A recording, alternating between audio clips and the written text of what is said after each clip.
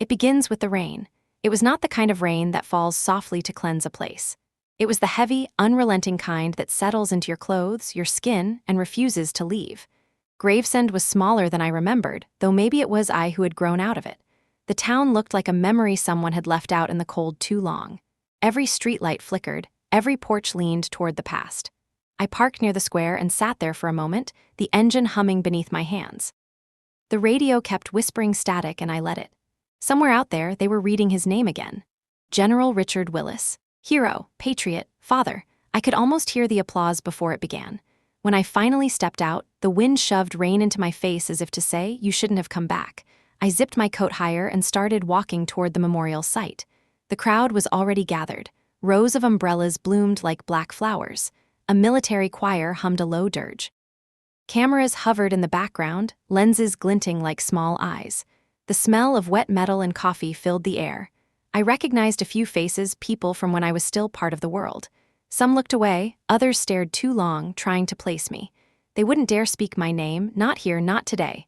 At the center of the crowd stood the monument, a long stretch of black marble, shining with rain and engraved with the names of the fallen. Project Helios. They said it like it meant something noble, but the name had always sounded like a curse to me. I stepped closer, my boots scraping against the gravel. I let my fingertips touch the stone, tracing down the alphabet until I reached where my name should have been. Between Wallace and Wilcox, there was only blank space. A small, perfect erasure. My throat went dry. The sound of the priest's voice blurred into the rain.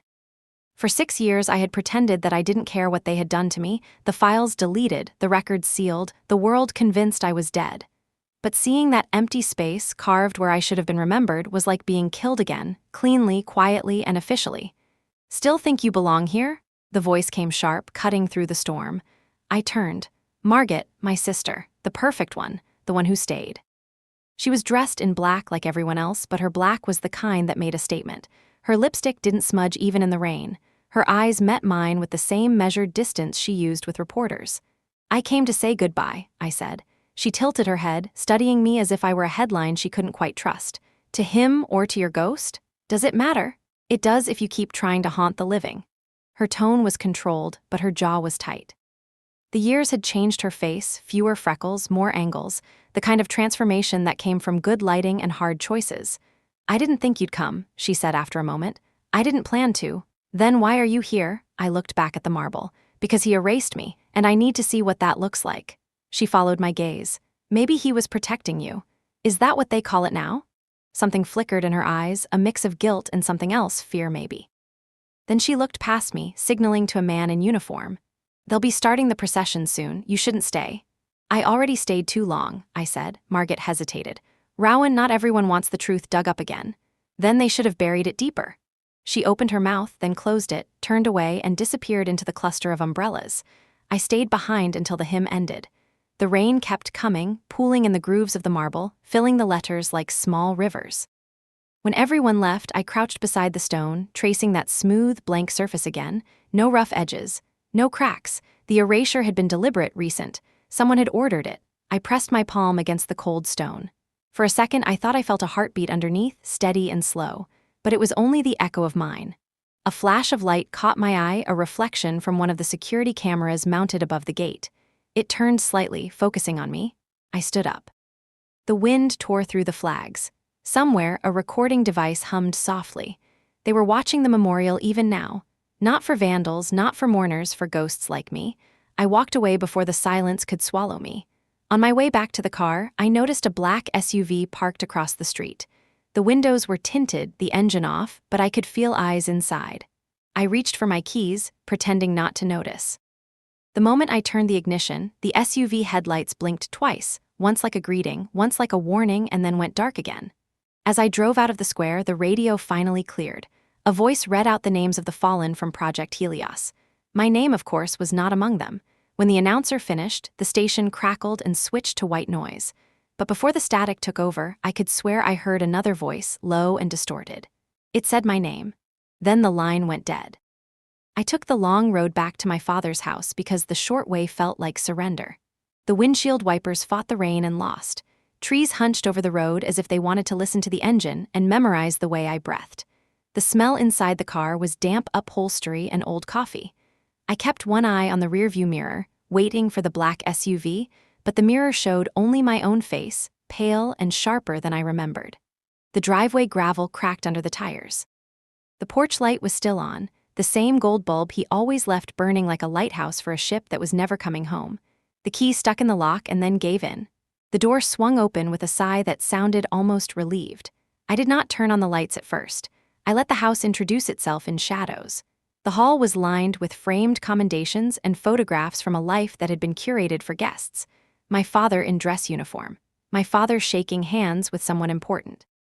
My father smiling with a tight mouth that never touched his eyes. There was a picture of me at 12, ponytail crooked and eyes wide, standing at attention beside him on a parade ground. He had written a year on the corner in tiny ink, as if the date was the most important part of the memory. I carried the Helios drive into the study and set it on the desk. The leather chair creaked when I sat. The old laptop would still boot. He never threw away machines. He retired them like soldiers with scars. The login accepted the admin credential I remembered, a small mercy. The screen filled with a map of directories, all labeled with the kind of bland language bureaucrats use to hide sharp things. I connected the Helios drive and the system hesitated like a dog catching a scent. Then a window opened in the corner, the same red text from before. Access denied. User deceased. I typed my own name. I watched the cursor blink in the empty field as if it were laughing. The denial came again. I tried a different route, and the machine accepted a shadow path. Files surfaced like bones at low tide. I copied everything I could into a hidden folder on the desktop and gave the folder a name that meant nothing to anyone else. June doorway. It was a phrase from a drill sergeant who used to say that in summer even a closed door can feel like a promise.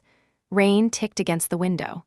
Somewhere in the house, the heating system coughed and went quiet. I closed the curtains and let the room fall into a smaller night. Then I clicked a file in the batch marked with a Helios emblem and a date I knew too well. The night of the convoy. The video opened with a flicker. I saw myself through someone else's camera, a grainy figure moving along a line of armored trucks. Dust climbed into the dark. The heat shimmered off the hood and made the stars look like they were breathing. I heard the captain call my name without saying it. He called me lieutenant, and the word fit like a second skin. Memory rose to meet the light of the screen and swallowed the room. I was there again. Boots heavy, armor biting into the shoulder, the taste of metal and adrenaline under the tongue. I took a breath and smelled what I had tried to forget. Burnt rubber, diesel, the sweetness of crude oil. Someone laughed off to the left. Someone else prayed into a radio that could not carry faith. I remembered the signal hand I used, 2 fingers and a turn, and how the convoy slid forward exactly the way we trained, like a single machine made of many hearts. We were shepherds that night, a rural route and 3 civilians in the back of the second truck, eyes full of alarm and the kind of hope that felt breakable in the hands. I remember telling the young driver to keep his speed steady and his mind slow. He nodded like a boy trying not to disappoint his sister. The recording jumped. An unseen lens turned toward the hillside. Movement there, almost nothing, the kind of almost that comes right before everything. I heard myself say hold. The air went thin. The night listened. Then the earth changed shape and the road exploded. The blast gripped the trucks and shook the world. The camera tumbled and the picture blurred into a smear of light and smoke. I remembered the force lifting me and throwing me back against the metal with a kiss that split skin. I remembered the way the silence arrived after the roar, like a vacuum that wanted to take everything with it. I crawled across hot gravel and glass. The second truck was on its side, door jammed, a hand reaching through a too small window. The hand was shaking. The unseen mouth was saying please without sound. I can still feel the aluminum bending beneath my shoulders. I can still hear the pop of the hinge when it finally surrendered. I pulled one of the civilians through the gap, and she cried into my sleeve and told me her name that I do not remember because we were not meant to exchange names that night. Training said tasks, not faces. Training said complete the route. Training said survive. I remember ignoring 2 of those rules and holding on to one. The video cut to a new angle, and I saw something I had not seen before. In the far corner of the frame, a man stood behind the ridgeline. He wore no uniform. He held a small black box against his chest as if it were a book or a bomb. He lifted it to his mouth and spoke. The audio caught only 3 words over the wind. Viking 0 initiated. Then the picture corrupted and went black. I sat in the study and let the screen reflect me again.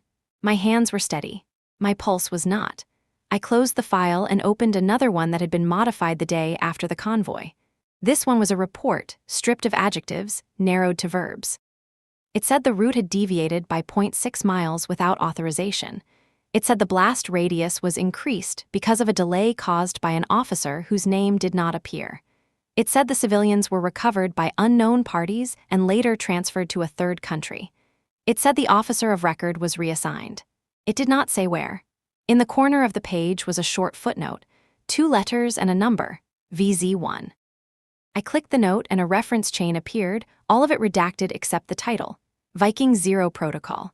I leaned back and watched the ceiling until the old plaster returned a simple truth. Someone had written me out of an equation where I had taken the force of the blast so someone else did not have to. Someone had changed the angle of what happened and used the angle to cut me out. The house made a new sound. Not the heater this time. A softer click in the hallway. I reached under the desk and found the weight of the only inheritance he never meant me to have. The pistol was clean and oiled and unremarkable. I held it low and moved toward the door. The hallway smelled like lemon polish and a lie. I paused near the portrait of my father at 30. The painter had softened the scar along his jaw. I always liked the scar. It was honest in a way he rarely was. I listened. The click came again, not from the hallway, from the front step. I looked through the peephole. Nothing but rain and the imperfect shape of night. I counted to 20. I opened the door. A small manila envelope lay on the welcome mat. No sender, no stamp. It was damp but sealed. I closed the door and took it to the lamp on the hall table. Inside was a single photograph and a piece of torn paper with 4 numbers written in pencil. The photograph was an overhead shot of the memorial taken from one of the security cameras. It showed the blank space where my name should be and the back of a woman's head beside it. My head. The numbers on the scrap were coordinates. They pointed to an industrial strip south of the river that had not been used in years. I stood there holding the photograph until the corners softened against my fingers. I do not trust gifts that arrive without a return address.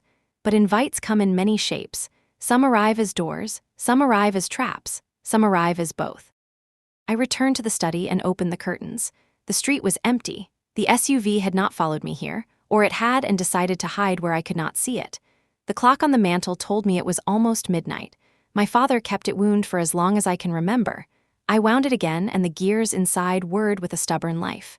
There was a letter tucked into the frame behind the clock. I had never noticed it. The paper was military white, the envelope unmarked. Inside was a single sentence typed without a signature. It read, "She will never carry this name into a room where it can be questioned." I let the letter sit on the desk beside the pistol. I felt the house breathe in the way old houses do, pulling in and letting go. I sat down again and pressed my palms against my knees to stop the tremor. I did not want to give the house the satisfaction of seeing me shake. I thought about Margaret and the way she said not everyone wants the truth dug up. She used to hide in my room during storms. She would crawl under the blanket and say my name like a spell. I would tell her the thunder was only the sky moving its furniture, and she would press her hand against my ribs and count my breaths. Now she was a stranger with my laugh. Now the storm lived inside the rooms where we used to sleep. I opened the last file in the folder. This one had only audio. A voice, recorded poorly, spoke into a space that sounded like concrete and dust. "If you are hearing me," it said, "then the archive was not completely burned. You know what Viking Zero is, you know what it does. It makes ghosts from names. It makes silence from testimony. If you think you are alone, you are not. Helios was not a project. Helios was a habit." The voice coughed. Metal scraped. Then a final sentence arrived like a match in a dark room.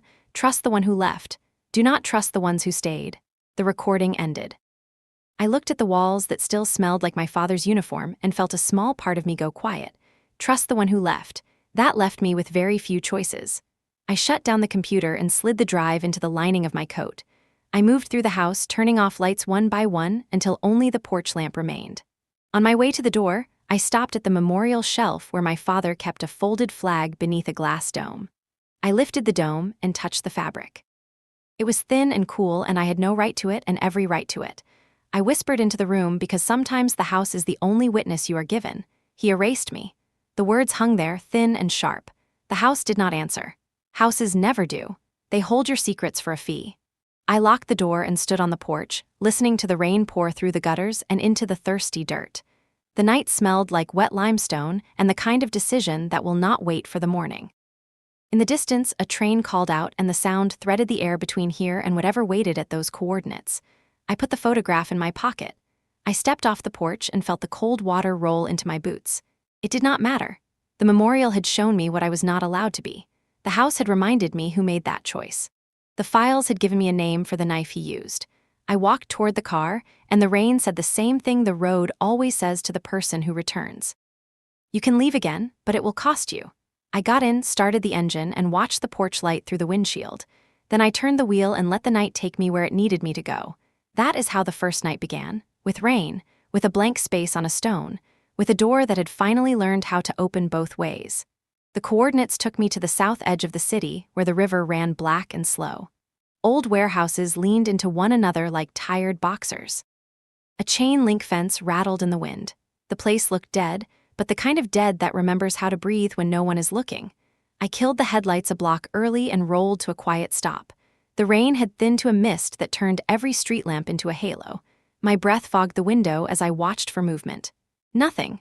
Only the patient drip of water off a rusted gutter and the soft throb of a distant generator. The numbers led to a narrow service alley. I slipped through a gap in the fence and caught my jacket on a metal twist that tried to keep me. Inside the alley, the air smelled like oil and river mud. My boots found puddles that remembered other boots. I followed the brick wall until I reached a door with no handle. A small lens stared at me from the frame. I lifted my hand in front of it and held still. The lens clicked. Somewhere behind the wall, a relay opened and then closed again. A polite refusal. I stepped back and looked up. On the roof sat a small relay dish no bigger than a dinner plate. It was new, no rust, no age. Helios was supposed to be dead. Dead things do not replace hardware. I circled to the back of the building where the bricks bowed out around a patch of fresh mortar. A hairline seam ran through it like a smile.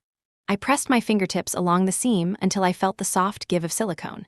Someone had sealed a cable run in a hurry. I found a loose grate at ground level and slid it aside. Cold air breathed out. I eased into the crawl space and belly crawled toward the sound of the generator. The narrow throat of the building opened into a shallow sump lit by a single blue diode. The light came from a metal box mounted under the floor joists. Not commercial grade, military simple. I wiped grit from the label with my sleeve. The code meant nothing until I saw the smaller sticker beneath it. A sunburst icon with 12 rays, Helios. I pulled a micro line from my pocket and clipped into the service port. The laptop balanced on my forearm like a living thing. The first handshake rejected me. The second handshake lied and called me maintenance. The box considered and then allowed a whisper. File names unspooled in the dark. Camera loops, watch lists, pings, and dead drops. A single folder pulsed with an access tag that was both familiar and wrong. MWILLIS, subdear. The letters looked absurd in that small blue light. I forced my breathing to slow and opened the folder anyway. Inside were short clips of the memorial from multiple angles. My face in 3 of them, Margaret in 5. A list of plates ran down the side of the feed. The black SUV appeared twice with its numbers half obscured by sleet the night before. There was a note attached to that entry. Langley clearance. External observer. No local action. A soft scrape behind me. I froze. The sump air held its breath with me. The scrape came again. Not a rat, rubber on concrete. I disconnected the line, killed the laptop screen, and slid the tool back into my pocket. I moved along the crawl space until I reached the grate and pushed it open with 2 fingers. The alley gave me rain and room, and I took both. I did not run. Running pulls the eye. I walked with purpose toward the street and let the darkness swallow the crawl space behind me. The scrape did not follow. Whoever was there also understood that running is a language that gives you away. At the car, I sat for a count of 30 and watched the mouth of the alley. A shape paused just past the gap in the fence. Tall, still, listening, I could feel the weight of his attention even from here. Then a phone screen lit his face for a second. Clean jaw, no beard, no hat. A professional face trying not to be one. The light died and the shape dissolved into the rain. I pulled away without using the headlights. The river kept pace to my right, and the city to my left continued to pretend to be asleep. A few blocks on, I turned into a diner lot and let the car idle while I watched the mirrors. No SUV, no professional face. Only a couple holding hands inside at the counter, playing with a napkin. Normal looks suspicious when you are walking inside a storm. I needed information that was not trapped in a machine that called me dead. I parked under a dead sign and walked 2 blocks to a public library that had survived more budget cuts than any war. The door chimed and a soft heat hugged me the way old radiators do. The librarian looked up from a basin of returns, silver hair, red cardigan, eyes that had watched 1,000 secrets pretend to be novels. She smiled without asking for my name. I smiled back without giving it. I took a terminal near the window where I could see the street. Rainsilver pools bloomed under the lamp outside. I searched the public defense archives for Project Helios. The screen offered me 3 things. A small history of a solar panel initiative in the 70s, a reference to a ship, a local weather station. Nothing of soldiers, nothing of my life. The absence felt deliberate. I tried different phrases and new angles. Counterintelligence, black budget, special mission group with sun icon. The screen returned bland weather and a high school mascot. I refined the search to personnel with last name Willis in defense roles from my father's years. A few unrelated names surfaced, and then a notice crawled over the page. Access restricted. Code 7, see the message, ate the search box and left me staring at my reflection on a pale screen. The librarian appeared beside me with a refill of coffee I had not ordered. She said that the radiator near the door can be stubborn and that the afternoon journals arrive late on rainy days. She said the city cut the archive budget again. She did not say I looked like I needed to leave. She set down the coffee anyway. Looking for a hard thing, dear? She asked. Looking for a ghost, I said. I used to know her. She studied me for a second with that old city kindness that does not press. There is a local index in the back that the state forgot we have. It is a mess. It sometimes lets you see around a wall. She leaned in a little. Walls make people curious. Curiosity makes trouble. Trouble usually finds the right people. She went back to her basin, and I went to the back room. The index was a tall metal cabinet with drawers that stuck. Each drawer overflowed with clipped articles and maps that had been folded and unfolded so many times the creases had memory. I found a folder marked with a faded sticker that read Defense Council 2017. Inside were meeting minutes from a civilian oversight board that clearly had not overseen much. One name hovered like a ghost above the margins. Richard Willis. Public advisor, temporary appointment. There was a brief mention of a support foundation intended to ease the transition for a classified unit into civilian life. No unit name, no budget line. The word transition was in quotes. Someone in that room had a sense of humor that should have been confiscated. My phone buzzed inside my pocket, and I knew better than to answer. It buzzed again, and I let it. On the third buzz, I took it out and saw a number that meant nothing from a city I had never visited. I rejected the call, and the number tried again. Persistence is a language too. I stepped into the hallway and answered without speaking. Static. Then a man's voice that sounded like it had smoked 1,000 nights. He said my name the way a locksmith tries a key. Then he said a different name, and I listened to it ring inside the room inside my chest that holds old team members. Harlan Beckett. The voice told me he could be found. The voice told me the bar. The voice told me not to be late. I ended the call and turned in time to see the librarian standing near the doorway, pretending to reshelve a book she had already put in the right place. She gave me a small nod that said she had heard nothing and everything. I slipped a note for a donation into the jar at her desk and thanked her for the coffee that had cooled untouched.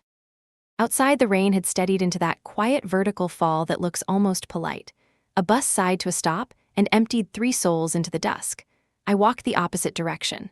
The bar sat under a dying neon sign that buzzed like an insect. I paused before going in and let my eyes adjust to the reflection in the glass. A woman passed behind me in the mirror and did not look at me. A taxi slowed and then moved on. The street performed normal for anyone paying to see the show. Inside, the room smelled like old bourbon and stories that had never learned their endings. I found Harlan in a corner booth where the light did not reach. He looked like a man who had learned to sit with his back to the wall before he learned to shave. He watched my hands. I watched his. The space between us filled with all the things we were not going to say. He said my name out loud, and the sound of it felt like a theft. He told me I should have stayed dead. He told me I was making some people nervous, and that nervous people reach for switches and pull them before they think. He told me there was a name I needed to remember, and he wrote it on a napkin even though we both knew it already. Elias Knox. He slid the napkin to me, and I did not touch it. The bartender turned on a small television above the bottles. The news teased a segment about renewed interest in the legacy of a defunct military program. The anchor smiled like a wolf that had learned table manners. Harlan flinched. The bottle on our table shifted and clicked against the glass in a small earthquake only we felt. I asked him where Knox had gone before the accident. He laughed and it hurt to hear. He told me no one goes anywhere in that world. We are moved. He said the last time he heard that name it came through a channel that went dark seconds later. He said there was a phrase tied to it in the system. Viking Zero. He did not look at me when he said it. I told him I had seen the words too. He rubbed his jaw as if something there still ached. He leaned closer and lowered his voice until it felt like a confession. They do not just erase the record, Rowan. They erase the receipt. He sat back and stared at the wall where the television glowed. Then he told me what I already suspected. The thing watching the memorial was not local. The thing watching me was not new. The thing had my name on a list, and the list did not like to lose. He reached for the bottle again and poured nothing. The bottle was already empty. I took the napkin and folded it into my pocket. I stood and he did not stop me. My hand had just reached the door when the window shattered and the room breathed fire. The blast lifted the night out of its skin. Glass rained down like hard glitter. Heat pressed the breath out of my lungs and filled the room with smoke that tasted like iron. Someone shouted behind the bar. Someone else did not shout at all. I hit the floor and crawled through spilled whiskey and fire. The world stuttered between red and black. I reached the door and dragged myself outside. The street was chaos stitched with sirens. Harlan's booth had become a wound in the wall. He was not among the bodies being pulled out. The black SUV appeared again across the street. Same plates. Same patient hum. The driver didn't get out. He just waited long enough for me to see him before the vehicle rolled backward and vanished into the haze. By the time the fire trucks came, I was gone. I drove until the skyline folded behind the trees and the only lights were my own. The road coiled through industrial ruins and half-flooded yards. The sound of the tires over wet asphalt reminded me of helicopter blades, Helios memories hiding inside ordinary noises. I parked under a collapsed billboard and killed the engine. The night grew big around me. I opened the laptop, powered it from the car outlet, and searched the temporary drive I had built earlier. The files from the Helios box were still there, nested like dolls inside dolls. A folder I hadn't noticed before pulsed with a faint blue icon. It wasn't labeled. When I opened it, a string of coordinates flashed once, then reassembled into a new message window. The sender was blank. The subject line said, "You, the only one left." The message itself was only an audio clip. A man's voice, calm, older. "Rowan, if you've come this far, stop trying to prove you're alive. They already know. What you need to ask is why they let you find them." The voice paused. "They're cleaning house. That means someone's about to die the right way this time. Don't make it easy." Static swallowed the rest. I stared at the waveform, the cadence, the quiet rasp on the consonants. It sounded like Knox, or like a ghost trained to mimic him. The motel room I found at dawn had walls the color of bruises. The air conditioner was older than I was, rattling a weak chill through the air. I laid the laptop on the table and stripped the audio file into fragments, feeding it through a spectral filter. A low-frequency hum lived underneath the words, not background noise, machinery.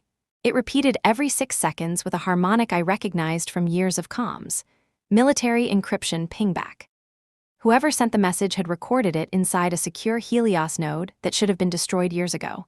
I layered the hum against known frequencies. The match came from a signal repeater 20 miles outside the city, Helios Training Annex 3, officially converted to a logistics depot after the project shut down. Unofficially, nothing ever truly closes. The sun crawled up behind the blinds. I rubbed the sleep from my eyes and watched the dust float through the light. My face in the mirror was all sharp edges and old bruises that memory never stops tracing.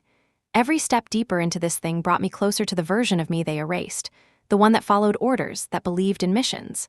I didn't like how easy it was to become her again. By noon, I was outside the perimeter fence of Annex 3. The place looked abandoned. Asphalt cracked by weeds, fences sagging under rust, the Helios emblem faded but still visible on the main hangar. I waited for movement, nothing. I walked the outer wall, counting security cameras. Most were dead, 2 blinked red. I tossed a stone, no response, dummy sensors. I found a service tunnel partly buried under ivy and crawled through it, emerging inside what used to be the equipment yard. The silence there felt rehearsed. I approached the main hangar door. A keypad blinked green. No power source should have kept that alive this long. I brushed the dirt off the panel. The numbers were faint but familiar. The same sequence from the photograph envelope. I entered them. The lock disengaged with a sigh. The door slid open just enough for me to squeeze through. Inside, the hangar smelled of oil and ozone. Racks of hardware lined the walls, servers, comm nodes, modular stations stacked 3 high, all active. Blue lights blinked like a slow heartbeat. Helios wasn't dead. It had just changed skin. I followed the cables to a central hub covered in dust except for the keyboard. A small screen displayed a login prompt. I typed the only code I remembered from my field unit days. The cursor hesitated, then a directory tree unfolded, hundreds of files, each tagged with the same identifier, VZ, Viking 0. I opened one at random. Lines of data scrolled by, timestamps, personnel metrics, psychological evaluations. Every file ended with a redacted section labeled Subject Outcome. Then, buried near the bottom, a familiar phrase repeated like a prayer: reintegration denied. They had run Viking 0 on us after the mission. Every survivor assessed, categorized, rewritten. The ones they couldn't control were erased. The screen flashed a warning: remote access DETCTED. My stomach dropped. I yanked the drive free, but the console froze mid-motion. Letters began to appear on the display, typed by an unseen hand. Rowan, welcome back. The room filled with the faint hum of awakening fans as the servers booted into full power. A low voice came through the speaker array, distorted but smooth. You shouldn't have come here alone. I turned toward the sound. It wasn't coming from the speakers anymore. A figure stepped out from the far shadows, his face half hidden by the glow of the monitors. You're late, he said. They've already started the second purge. He looked older, thinner, but I knew that voice even before the light touched his face. It was Knox, or what was left of him. He looked like a photograph that had been left too close to the fire. The edges of him were right, but something in the middle had melted and hardened again. Knox didn't smile when he saw me. He just stood there, letting the light from the monitors slice through the dust between us. The years had stripped him down to sinew and wire. One side of his face was marked by a long burn that disappeared under the collar of his shirt. I watched your memorial, he said, voice quiet, almost gentle. Didn't think you'd bother haunting the living this long. I took a step closer. You're supposed to be dead. He nodded, as if the fact amused him. Supposed to be. That's the problem with supposed to be. It assumes someone's keeping score. He motioned toward a cracked leather chair near the terminal. I didn't sit. What is this place? I asked. An echo, he said. The machine that refuses to die because the people who built it forgot to unplug it. Helios never needed soldiers, Rowan. It needed believers. His eyes darted to the console, still blinking my name. You triggered a recall protocol when you logged in. Every ghost in the system just woke up. I looked around at the server racks. The humming had changed, turning rhythmic, pulsing like blood moving through veins. What do they want? I asked. He rubbed his jaw, the old reflex of a man checking for damage. They want confirmation. They want you to tell them you're still dead so they can close the book again. The system hates loose ends. I studied him. He didn't move like a man running from something. He moved like a man who had already been caught and learned to live inside the trap. You sent me the message, I said. I sent a message, he corrected. Didn't expect you to find it. You always were too stubborn to stay erased. The screen to his left flickered. Lines of code spilled across, forming shapes then dissolving again. For a second, I thought I saw faces in the pattern, eyes, mouths, half-formed like clay waiting for a sculptor. You need to leave this place, he said, his voice sharp now. They'll track the signal here in less than an hour. You said they? Who? They now, Knox, the same men who buried us, or the ones who inherited the shovel? He gave me a look that might have been pity. You still think it's a person. That's cute. I didn't have time for riddles. You built Viking 0, didn't you? He winced. I built a firewall. They turned it into a furnace. He moved to the wall, pulled down a small metal case, and tossed it to me. Inside were 3 data cards wrapped in foil and a photograph of 2 young soldiers standing in the desert sun. One of them was me. The other was him, smiling in a way I no longer could. That was taken 2 hours before they decided we were expendable, he said. That was before your sister signed the compliance order. My heart froze mid-beat. Margit, no, she worked in congressional oversight. She didn't have that kind of clearance. She didn't need it, he said. All she had to do was confirm the authorization that allowed the erasure. You think those signatures matter to the ones pulling the strings? They needed a name that looked clean. Your sister's was perfect. I wanted to argue, but the silence in the room didn't allow it. He watched me for a long moment, then sighed. You don't have to believe me now, you just have to run far enough to ask her yourself. The server behind us beeped, a low tone that crawled into the spine. Knox moved fast, ripping cables from their sockets. Sparks scattered across the floor. They've traced the signal, he said. Backup node activated. The screens around us lit up in sequence, one after another, forming a mosaic of surveillance feeds, streets, offices, homes. On one of the screens, I saw the front gate of the memorial in Gravesend. A man in a black coat stood beside the marble wall. His hand touched the same blank space where my name should have been. "Who is that?" I asked. Knox didn't answer. He was typing furiously, sweat streaking down his face. "Who is it, Knox?" He turned toward me, eyes full of something I couldn't read, fear, regret, maybe both. "Someone who thinks you're still worth saving." Then the lights died. The hum stopped. The only sound left was our breathing. When the backup generator kicked in, Knox was gone. The door at the far end of the hangar hung open, rain sliding in sideways through the gap. I grabbed the metal case and ran. Outside, the storm had turned savage. The wind tore at my coat and hurled gravel against my face. In the distance, engines roared, heavy, coordinated, not random patrols. A strike team. I ducked behind a rusted truck and pulled out my phone. The signal was jammed. The device buzzed once, twice, then displayed a single message before dying. "You have 30 minutes. Find the voice." I looked back toward the hangar. Smoke was already rising from inside. Someone had set the place to burn, to bury what was left of Knox's ghosts. I didn't wait to see if he was still in there. I didn't want to know which version of him had walked away. I drove until the city lights returned and parked under an overpass, the kind of place where no one looks too long. The metal case sat in my lap, heavy with questions. I opened it again. The 3 data cards were labeled in Knox's handwriting: June, Falcon, and Oath. I slid the one marked June into the laptop. The file inside was a series of encrypted voice logs. I filtered through the static until one sentence broke through clear. "The director is not who you think." It was Knox's voice. But this recording was dated 3 years after his death report. That was the moment the first crack split the story I'd been telling myself. If he was alive then, someone had wanted me to think he was. And if someone could rewrite death, they could rewrite anything, even memory. I shut the laptop and leaned back in the seat, listening to the hiss of the rain on the windshield. The city was awake again, pretending to dream. I felt the edges of myself blur against the dark, a ghost trying to remember which world she belonged to. Tomorrow I would find Margaret. Tomorrow I would make her tell me what she signed. But tonight I let the storm talk for me. And somewhere out there, beneath all that thunder, I swore I could still hear Knox breathing. I slept for an hour with the seat reclined and my coat over my face. It was not real sleep. It was the kind where your body remembers to breathe only because it refuses to quit. When I woke, the night had thinned to something gray. Trucks groaned along the overpass above me and sent a tremor through the car that felt like a warning. I replayed Knox's sentence in my head until the words lost their edges. "The director is not who you think." I wanted it to mean one man.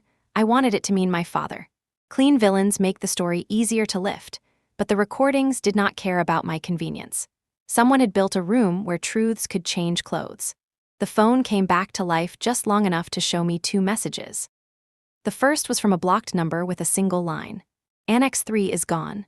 The second was a missed call from Margaret. She did not leave a voicemail. She never did. She preferred live theater.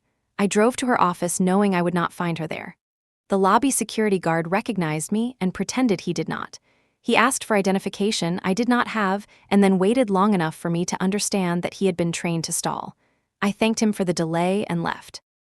Margaret's townhouse sat on a street where the trees were more expensive than the cars.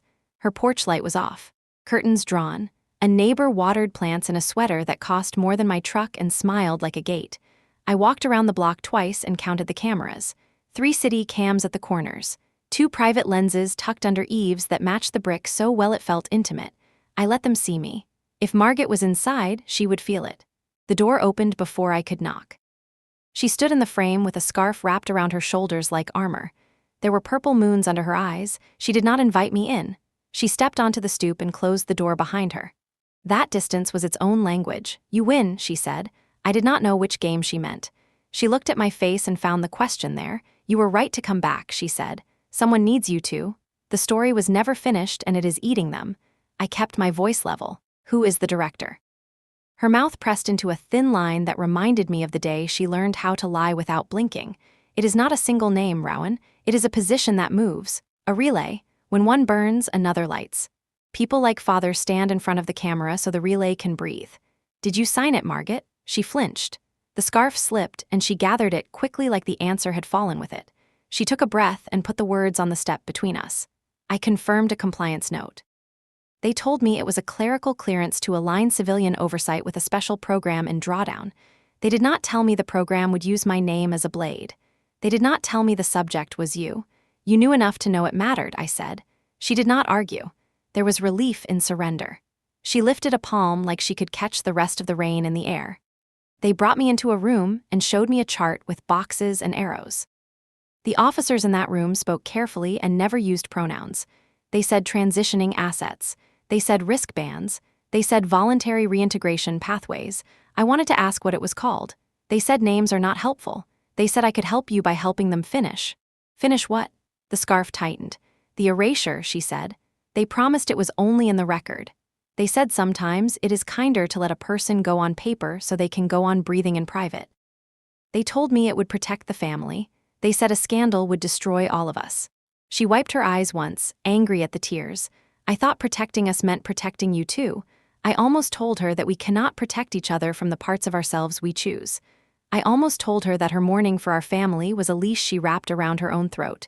Instead, I said the only thing that mattered. It does not end with our family. She nodded. I know. That is why I called you. The house phone rang last night, not my cell. The house line that only mother uses when she wants to pretend the world is still polite. A man spoke. He said he used to work with father at Helios and that there is a backup server. He gave me a location and a phrase to open it. Then he hung up. What phrase? She looked behind me at the empty street like the words might walk toward us from the trees. Viking 0. That is what he said. He said it like he was swearing something. The air shifted. The clouds above us had that flat white of a day that intends to disappoint. I saw the little girl in her for a second, the one who used to grip the banister in storms. I wanted to hate her for the signature. I could not. The signatures were always symptoms. The disease was somewhere colder. Inside, Margaret made tea because our family had never learned a better apology. She placed a napkin beside the mug with ceremonial care. The kitchen smelled like lemon. The kind of lemon that comes in a bottle and tries to mimic clean. Show me the call log, I said. She slid her phone across and I scrolled through unknown numbers until one repeated. I dialed it from my own phone and set mine on speaker. It rang once and then cut to static. After a moment, a voice arrived through the hiss. Rowan, it said, as if trying the shape of my name. Then the line dropped. Margaret stared at the phone like it had bitten her. He said there was a Tardive archive under the old dry dock by the river, she said. He said the phrase would keep the door open long enough to breathe. Tardive, I repeated. Late onset. A file that flowers after you try to kill the plant. That sounded like Knox. I stood. Leave the house, I told her. Pack a small bag and carry nothing you cannot explain to a stranger with a badge. Do not contact anyone at Helios or on father's old committees. If a car waits across the street, make them come to the door. I will meet you when this is done. She grabbed my wrist. Tell me you believe me. I looked at her and saw the signature on the screen, the clean lines that formed her name in a room that had no windows. I saw her at 6, holding a plastic sword and asking if heroes have to be lonely. I nodded once. I believe you now, but I need proof to make the world believe you too. Her grip loosened. She let my wrist go and pretended she was not measuring the warmth it had left on her palm. That was a habit we shared, cataloging small truths because the big ones would not stay still. The dry dock lay under a bridge where the river turned slow and mean. The graffiti read like old scripture. The door to the service tunnel was half drowned in silt and nettle. I said the phrase into the dark and waited. Something unlocked with a tired clank. Air drifted out that smelled like damp rope and electricity. Inside, my flashlight threw a narrow world onto wet concrete. My footsteps added a second heartbeat to the tunnel. I reached a rusted gate and shouldered it open. The room beyond was small and full of machines that did not look like machines until you saw the cables snake into the floor and vanish like roots. A terminal waited on a crate. The screen was old and new at once. Old glass, new glow. A single line sat in the center. Identify. I typed a name that was not mine. The name the system had given me the night it decided I would not be allowed to belong to my own. The cursor paused and then began to move without me. The phrase appeared letter by letter as if written by a ghost guiding a child's hand. Vikingzero, the room hummed. Files rose on the screen like fish in murky water. I scrolled through lives that had been reduced to columns. Rank. Assessment. Risk. Reintegration. Denied. Report closure. I searched for Knox and found a half page wrapped in black bars, then a single paragraph that had escaped the knife. Subject compromised chain of custody of data related to the Helios reinforcement study. Subject requested external audit. Subject refused for cause. Subject scheduled for transit. Outcome listed as terminal. Note attached. Record reconciled by R. Willis. The air left my lungs and did not return for a count of 5. I searched for my own record. It recognized my keystrokes and offered 2 versions. The first was a half memory of me. The second was a cleaner dream that named another woman in my place. I printed neither. Paper can be taken. I pulled the drive from my coat and copied everything the console would surrender before the system changed its mind. A shadow crossed the threshold of the room. I did not turn. My hand settled on the pistol with a muscle memory that did not care about conscience. The shadow waited. Then a voice spoke my name the way only one person ever had. Father. The word nearly left my mouth. I swallowed it like a pill that had to dissolve slowly or it would burn a hole in me. I turned and found not him but the man from the SUV. He held his hands away from his sides so the dark could see they were empty. His jaw was clean and set. His eyes were not cruel. They were tired and sure. You are not supposed to be here, he said. Neither are you, I said. He nodded at the console. You were supposed to take longer. He sounded almost impressed. He took a half step closer and the room shrank in a way that had nothing to do with walls. There is a list, he said. You are not at the top. That buys you time. Who is the director, I asked. His mouth almost shaped a smile. You still think it is a person. He looked at the terminal like a parishioner before an altar. The director is a function. It is the decision that writes itself when everyone in the room is too afraid to make one. It is the average of a committee that has forgotten the cost of a single life. It wears whatever face is most useful that season. He looked back at me and his voice lowered until it felt like a hand on my shoulder. Do not make the mistake of thinking killing a face will end the function. It only quiets the room long enough for the function to move to a new machine. Who are you? I said. He exhaled, and it sounded like disappointment. The kind used on students who had almost reached the answer on their own. External observer, he said. That is what your file calls me. He put one card on the crate beside the keyboard. It had no emblem. It'd wait anyway. Gate 9, 11:45. Do not be late. I did not take the card. He left it there like an invitation to a funeral. He turned and walked back into the tunnel without sound. The river swallowed his footsteps and then the low echo of a car door and then the thin cough of an engine moving away. I copied the last file and killed the console. The room fell still. When I stepped back into the wet light under the bridge, the day had become a color I could not name. The kind of color that storms use right before they start over. In the car, I opened the drive and scanned a file that made my chest ache with a kind of relief I did not trust. It was a chain of custody log that did not know it had survived. At the bottom of the page, a line glowed like a fuse, authentication seed, K signature. The K was not mine, it was Knox. If that seed was real, it meant his clearance still lived somewhere in the bones of the system. It meant the sound of his voice in my recordings was not a ghost. It meant the dead man had left a door open and expected me to find it. On the seat beside the laptop, the card stared back at me like a dare. Gate 9, 11:45. I checked the clock. 20 hours. Enough time to prepare. Not enough time to be ready. I drove toward the edge of the city where the road falls into trees and the trees teach you how to listen. The wind moved through the branches like an old song. I turned the music off and let the tires make their own rhythm. I spoke into the empty car because sometimes you have to hear your plan out loud before you can trust it. Find Margaret again. Build a clean chain from the archive to the press. Verify Knox. Follow the card. Do not look at Father until the last minute because he will change the way I breathe, and I need that breath for the part that comes next. The rain returned at the same pace as my pulse. The wipers kept time. The road gave me its quiet blessing and then demanded a toll I would pay later. Knox had survived a death the system had sworn was final. The director had learned to be a function. My sister had signed a page that turned love into a weapon and was now trying to turn it back. Somewhere a room full of men in expensive regret had started a second purge and expected no one to notice because they were very good at being the only ones in the room. I noticed. I drove. Morning came in colors I didn't trust. The sky was the pale blue of hospital sheets, and the light had that sterile quality that makes everything look like evidence. I hadn't really slept. The drive, the rain, the ghosts, they all blurred into one long breath I couldn't release.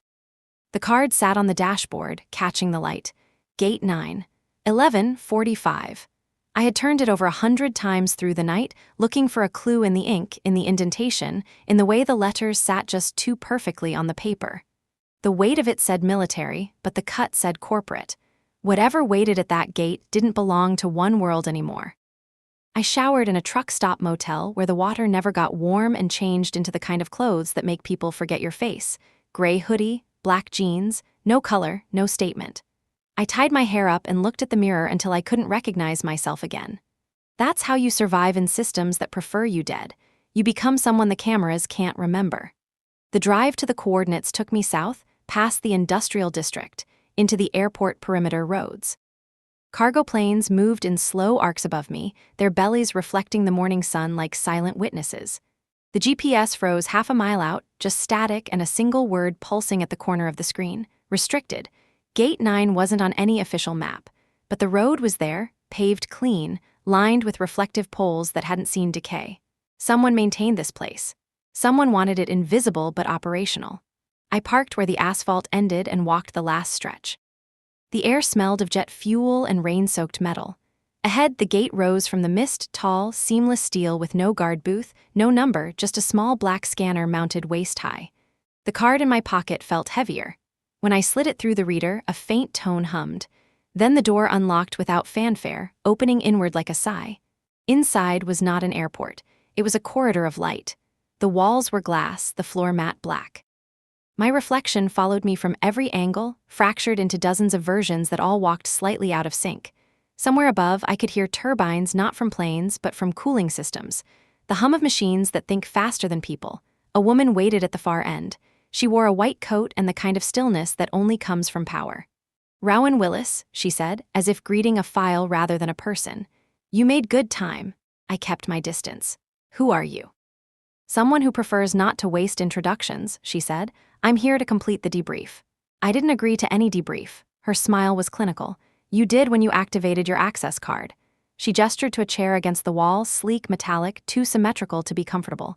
"Please, sit." I stayed standing. "You're with Helios." She tilted her head. "Helios is a designation, not an organization. We're an interface. You of all people should appreciate the difference." "I want a name." "You already have one." She turned, pressing her palm to a glass panel. A display bloomed in the air between us, lines of text, photographs, biometric logs, my face, my voice, even my pulse patterns from the last recorded mission. "You shouldn't have that," I said. "We have everything we need," she replied. "That's the point of Helios. Data persists even when people don't." The phrase scraped something deep in my chest. Knox said the system was dead. Her eyes flicked toward me, calm but sharp. Mr. Knox was an early variable, unstable but brilliant. His mind was too human to survive the interface. You, however, adapted beautifully. I took a step back. "What do you mean adapted?" The woman's tone softened, almost kind. "Rowan, you're not here for answers. You're here for maintenance." A panel slid open behind me. Two figures entered, black uniforms, no insignia. Their movements were silent, efficient. My body remembered this choreography before my mind did. Containment. Subdual. I moved before they did. I kicked the nearest one square in the ribs, felt the dull impact through my boot, spun toward the other, and slammed the heel of my hand into his jaw. The sound of bone meeting bone snapped through the corridor. The woman didn't flinch. "You're not helping yourself." I backed toward the exit, breathing hard. The lights above flickered once, not from the fight, but from something else. The glass walls rippled, and for a second I saw another reflection that wasn't mine. A face. Knox. He mouthed a word I couldn't hear. Then the image blinked out, replaced by my own fractured reflection again. I slammed my card against the door. Nothing. Locked. "Let me out," I said. The woman touched the panel again, her expression almost sad. "You were supposed to finish what we started, Rowan. Project Helios wasn't about warfare. It was about retention. Memory continuity. The ability to preserve operative consciousness after field loss. You were our success." The words hit like cold water. "That's insane." "Is it?" she asked. "You think you've been running from death for 6 years, but what if death was running from you?" The corridor pulsed with light. My vision doubled. For a heartbeat, I wasn't standing, I was watching myself stand. A second perspective, displaced, as if my body were a recording and someone else had pressed play. I staggered. The air felt heavy, thick with static. "What did you do to me?" "We didn't do anything," she said softly. "You did. You built the redundancy with Knox. You both wanted to see if the mind could survive a full system blackout. You proved it could. That's why we had to end you." The words spiraled, collided. My memories flashed: the lab, the desert, Knox laughing under floodlights, Margaret crying behind glass. All of it fractured into overlapping loops. The woman stepped closer, her voice almost whispering now. "You're not here to expose us. You're here to decide which version of yourself deserves to keep living."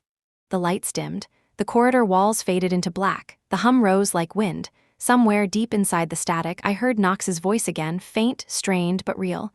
"Don't let them make you choose." Then everything went white. The white went on too long. My eyes blinked against it, the kind of blink that tastes like metal and memory. When the world returned, I was not in the corridor anymore. I was in a room with walls that curved inward, not by design but by function. Screens stretched around me like windows into other worlds. Rows of glowing servers hummed, the pulse of each like a heartbeat I could not touch.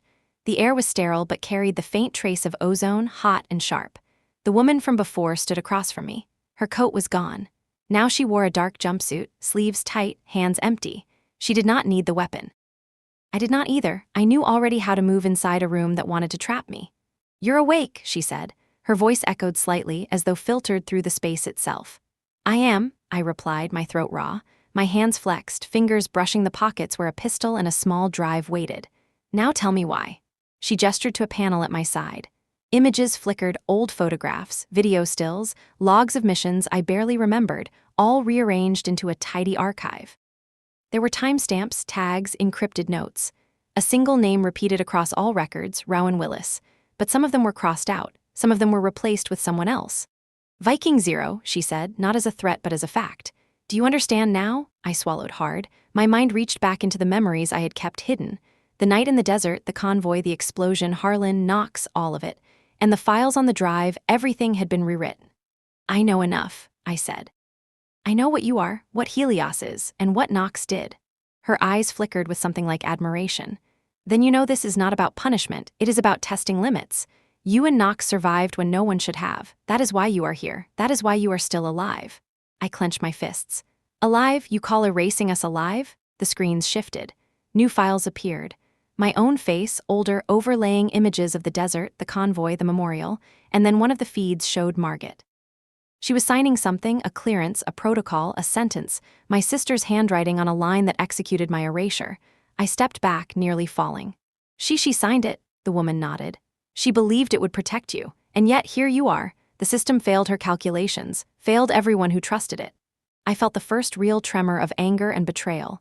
Margaret, Knox, my father, Helios itself, every name became a knife in my mind. I could taste it, metallic and thick. "You need to leave," she said suddenly. The servers pulsed in rhythm. "And take what you have. Do not let the archive control the narrative." I grabbed the drive, checking it once, twice. Every log, every encrypted file, every corrupted video, it was all there. Enough to rebuild my story.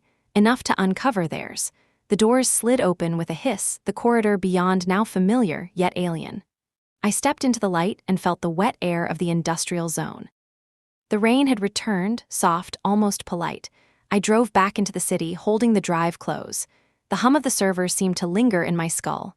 Knox's voice echoed faintly in my memory. "Don't let them make you choose." I understood now. This was not a game I could run from. It was a game I had to win, or else everything, my name, my life, my memory, would vanish entirely. The first layer of Helios had been unlocked. The second layer awaited.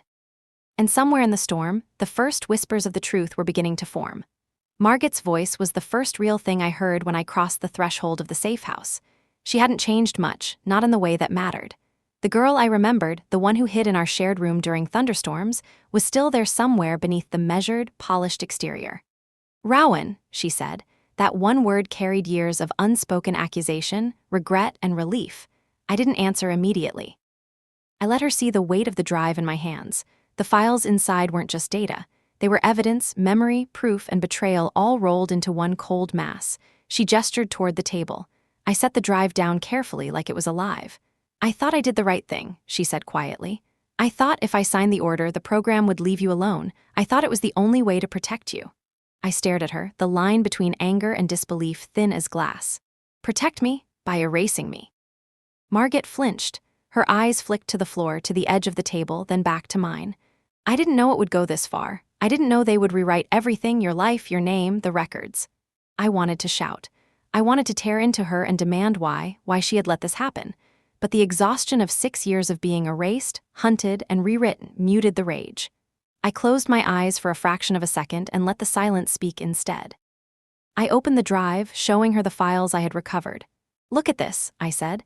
"Every mission we took part in, every operation, every log. They deleted me, Margaret. They made me invisible, and you signed the clearance." Her hand trembled as she reached out to touch the screen. "I didn't realize," she whispered.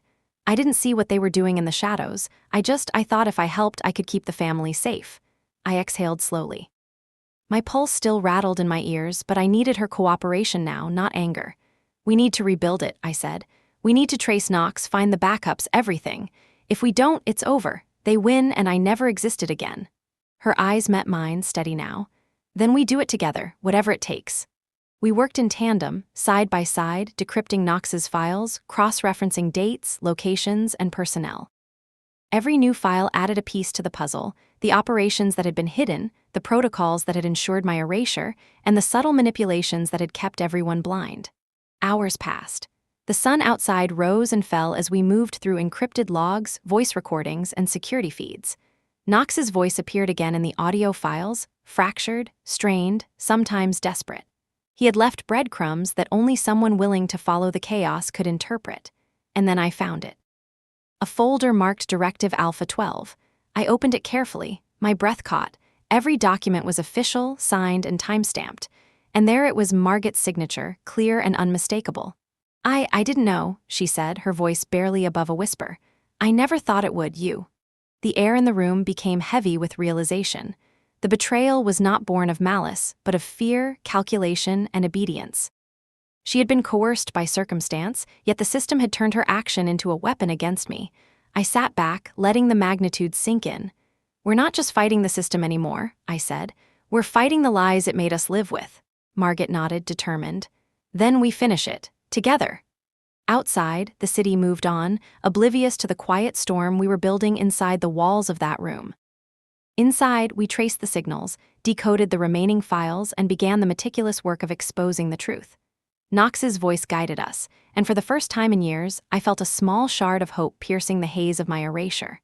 The first major revelation had emerged. The sister I had trusted, the shadow of my past, and the system that had rewritten my life, all intertwined. The next step would require precision, courage, and a willingness to see everything for what it really was. And I was ready to face it. The second session began with a quiet determination. Margaret and I had cleared the table of all distractions except the drive, the laptop, and a small pile of printed logs. The rain outside had stopped, leaving a gray haze over the city, like the world itself was holding its breath, waiting for what we would uncover. I slid the first set of Knox's encrypted recordings into the player. The hiss of static gave way to his voice, ragged and urgent. "They cannot know you have survived," he said. "Do not trust the signatures. They are a map, not a guide. They will try to erase you again." I leaned back in my chair, absorbing each word. Knox had built a system that persisted beyond him. Every move, every erasure, every clearance, all archived. And now I had the pieces.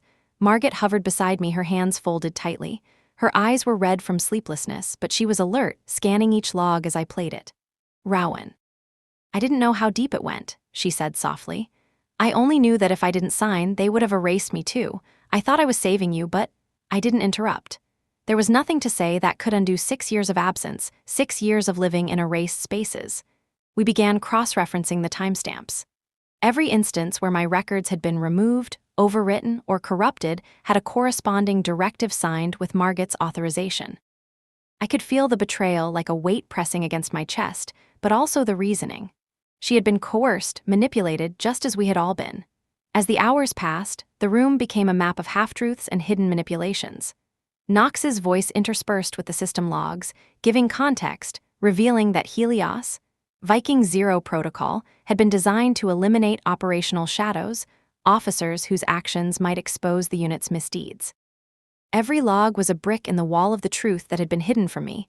Every signature was a key that unlocked another door. And the final door had Margaret's name written on it. I finally confronted her directly. "Margaret, why didn't you tell me? Why did you let them erase me?" Her hands tightened around the edge of the table. "I didn't want to," she admitted.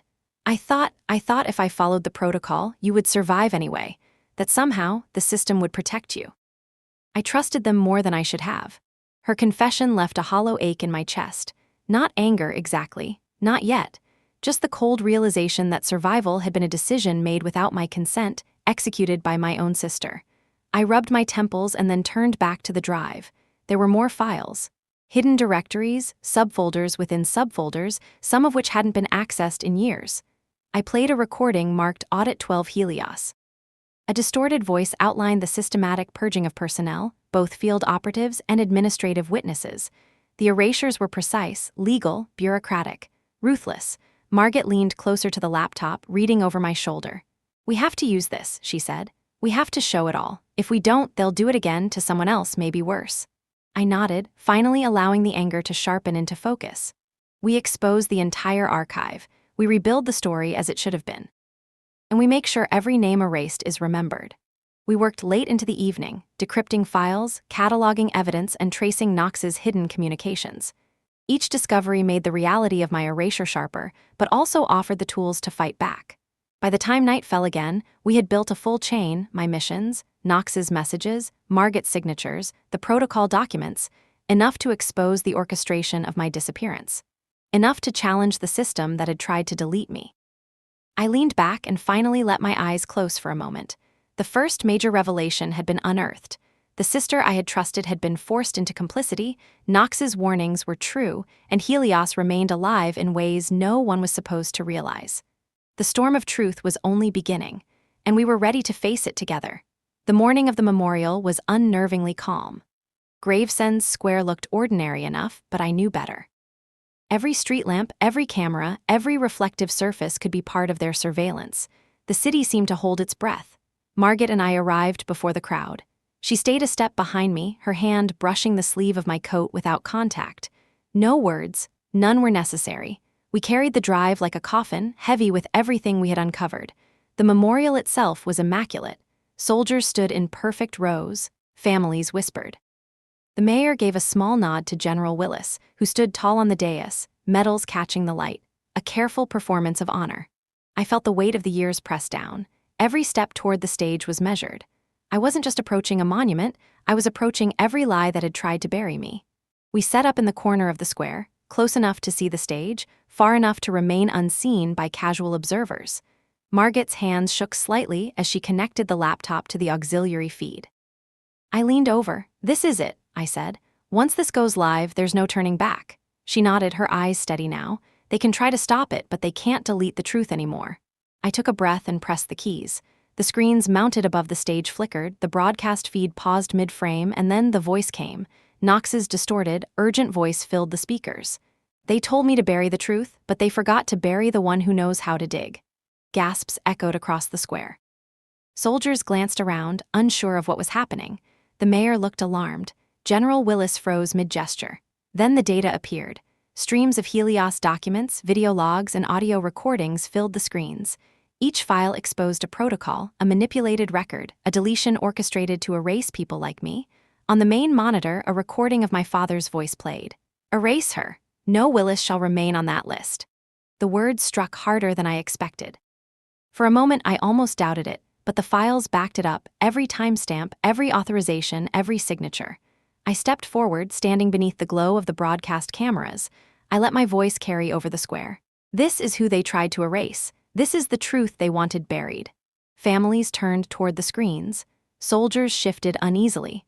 Reporters began raising their cameras. The square was alive with the sound of shock and whispers.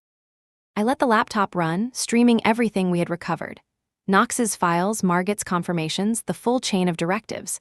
The public was seeing what we had only just uncovered. People gasped. Phones were raised. The audience's attention fractured into hundreds of angles, capturing every frame, every revelation. My father's expression turned from pride to disbelief to panic. Margaret stood beside me, silent but steady. She had been part of the system, but she had helped expose it. Her hands were clean now, holding nothing but the truth. The feed continued for 20 minutes. No one stopped it. No one could. The network had already replicated the data. Helios secrets were in public memory now. I felt my chest lighten slightly, the tension easing as the first layer of lies fell away. The system that had tried to erase me could no longer control the narrative. The crowd began murmuring, some in anger, some in disbelief, some in awe. I knew that this exposure wouldn't immediately fix the past, but it had begun the reckoning. I turned to Margaret. "We did it," I said. She nodded, her face calm, almost serene. "It's not over, but it's a start." And for the first time in 6 years, I felt alive in a world that had tried to convince me I no longer existed. The murmurs in the square grew louder as the feed streamed in real time. Phones lifted, cameras rotated, and the whisper of truth spread faster than anyone expected. Faces in the crowd shifted between confusion, shock, and disbelief. Soldiers fidgeted, unsure whether to act or freeze. From my vantage point, I could see General Willis on the stage. His hand hovered over a folder, likely intended for a speech that would never be delivered. The gold medals on his chest glinted in the morning sun, but the shine was hollow, like the remnants of a promise broken years ago. I stepped closer to the edge of the barricade. My fingers rested lightly on the laptop. Margaret stood at my side, her expression unreadable but resolute. She had been a participant in this web of lies, but now she was a witness just like me. "Everyone who should have known knows now," I said under my breath. "Every lie, every deletion, every erased name." The feed continued, showing archival footage and files. One clip depicted Knox in a small room, scribbling notes and recording audio files. The timestamp marked a day after his official death. My stomach clenched. He had left the breadcrumbs intentionally, guiding me through a labyrinth only I could navigate. A hush fell over the square when the first audio of my father played. His voice was crisp and commanding. "Erase her. No Willis shall remain on that list." The statement echoed with finality, each word striking as if it had been carved into stone. I raised my hand toward the camera, my shadow stretching across the monitors. This is the truth they wanted to hide. They tried to erase me, but I survived. I am here, I am alive, and I will not be silenced again. The crowd reacted immediately. Gasps, murmurs, and shouts filled the square. People lifted their devices, capturing every moment. The reporters moved closer, trying to get angles on the story no one could deny. The ripple of impact spread outward faster than I could track. Margaret whispered, "They can't stop it now. The data is out, distributed beyond their control." The magnitude of what we had unleashed settled over me. 6 years of erasure, manipulation, and isolation had culminated in this moment. Helios could no longer hide in the shadows. Its control had been broken. From the stage, my father's face shifted from pride to disbelief, his composure cracking under the weight of exposure. I could see the realization dawning in his eyes. For once, the man who once controlled the narrative was caught entirely unprepared. I glanced at Margaret. "We need to see the fallout. Prepare for him to react, for the public to respond, for chaos to settle in the cracks." She nodded. "We have witnesses now, and you're no longer invisible." A surge of satisfaction, tempered with caution, moved through me. This was only the beginning. The live feed was the first blow, the opening of the curtain. The reckoning, the confrontation, the fallout, it was all coming. And I was ready. The crowd's murmurs built into voices, voices into questions, questions into outrage. The air in the square became electric. Soldiers shifted uncomfortably, officials scrambled, and the weight of truth pressed down on the dais. I knew that from this moment forward, the world had changed. Names that had been erased, stories that had been silenced, would now exist in public memory. My name, Rowan Willis, could no longer be ignored, and somewhere in the crowd, someone whispered, "She survived." I felt it like a pulse in the city itself. The live feed had done its work. The past could no longer be rewritten. The system that tried to erase me was exposed, and I, at last, had reclaimed my place in the story. The day after the live feed felt like a world caught in the eye of a storm. Everywhere I looked, people were reacting. Reporters flooded social media with clips, articles spread like wildfire, and ordinary citizens debated the revelations as if they were happening in their own backyards. The city pulsed with the ripple of truth. Margaret and I watched it unfold from a small apartment several blocks from Gravesend Square.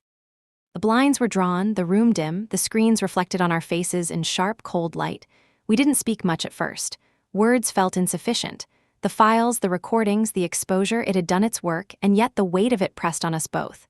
"They can't touch you now," Margaret said finally, her voice quiet but firm. "They tried to erase you, but you're here. Everyone knows." I nodded, though I couldn't let the relief fully settle. "They'll try to spin it. They'll try to discredit everything. But at least the proof is out there. They can't erase it again." We spent hours combing through news coverage, cross-referencing what had gone public with the files we had released. Every mention of Project Helios, Viking 0, and the directives we had exposed added another layer of protection.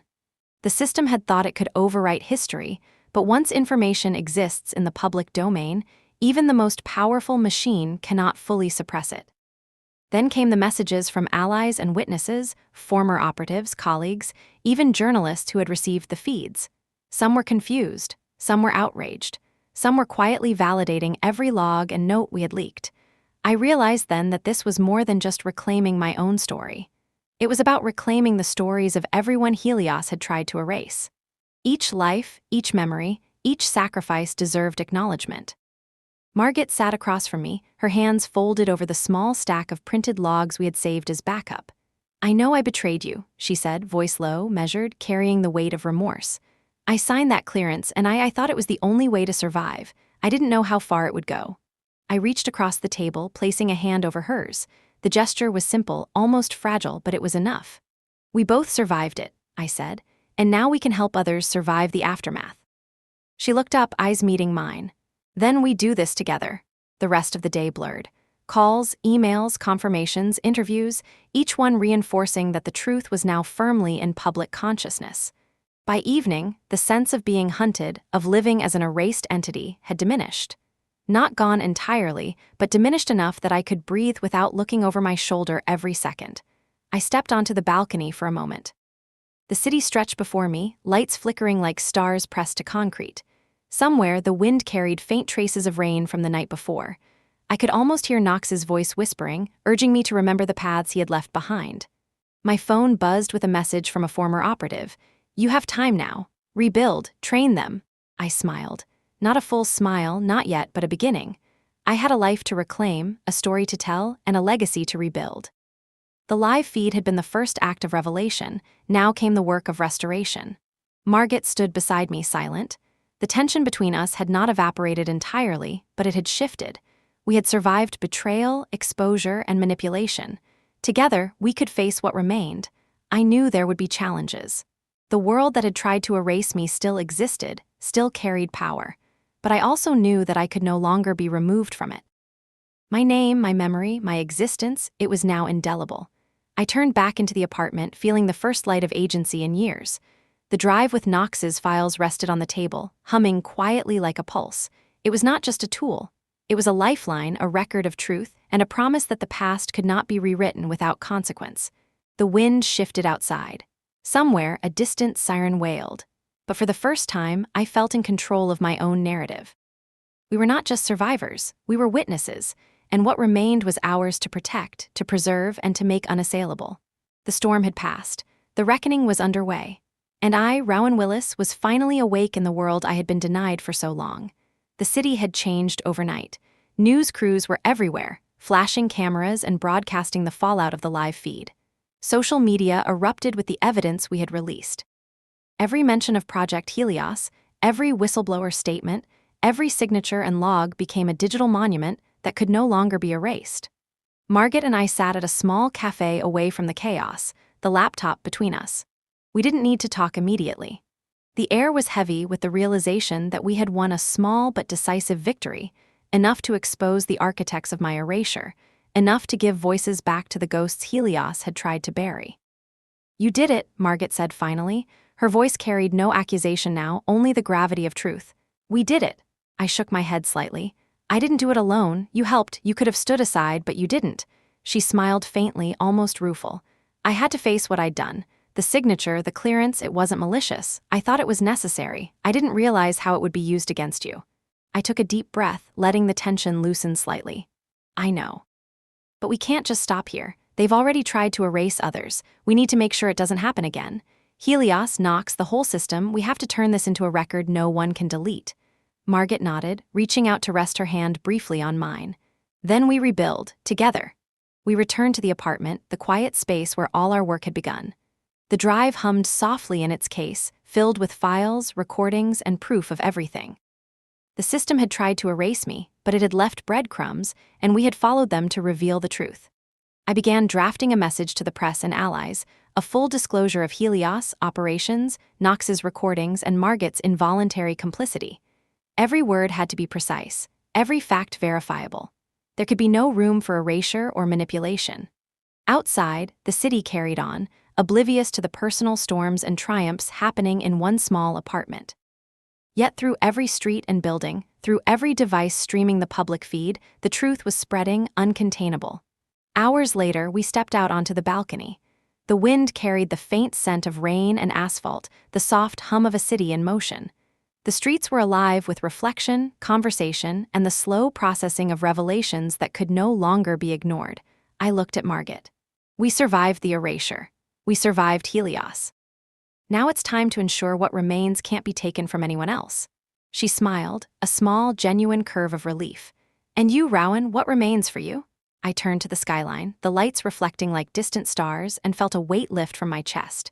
I remain, I remember, and I will make sure no one else is made invisible by those who think names and memories can be deleted. The drive rested on the table, glowing faintly in the light of the city. It was more than a collection of files. It was proof, witness, legacy, and now it belonged to the world, not Helios, not Nox, not anyone who sought to rewrite the past. The wind shifted, carrying with it the quiet promise of continuity. We had survived betrayal, manipulation, and erasure. We had reclaimed our story. And as the sun began to set, casting long shadows over the city, I knew that the world had changed. The story was ours. The truth would remain. And for the first time in years, I felt fully awake, fully alive, and ready to step forward into whatever came next. I glanced at Margit one last time. We are witnesses, I said. Yes, she agreed. And now we protect what remains. The storm was over. The reckoning had begun. And I, Rowan Willis, was finally free to exist in the world I had earned, not as a ghost, but as a survivor, a recorder, and a living testament to everything they had tried to erase.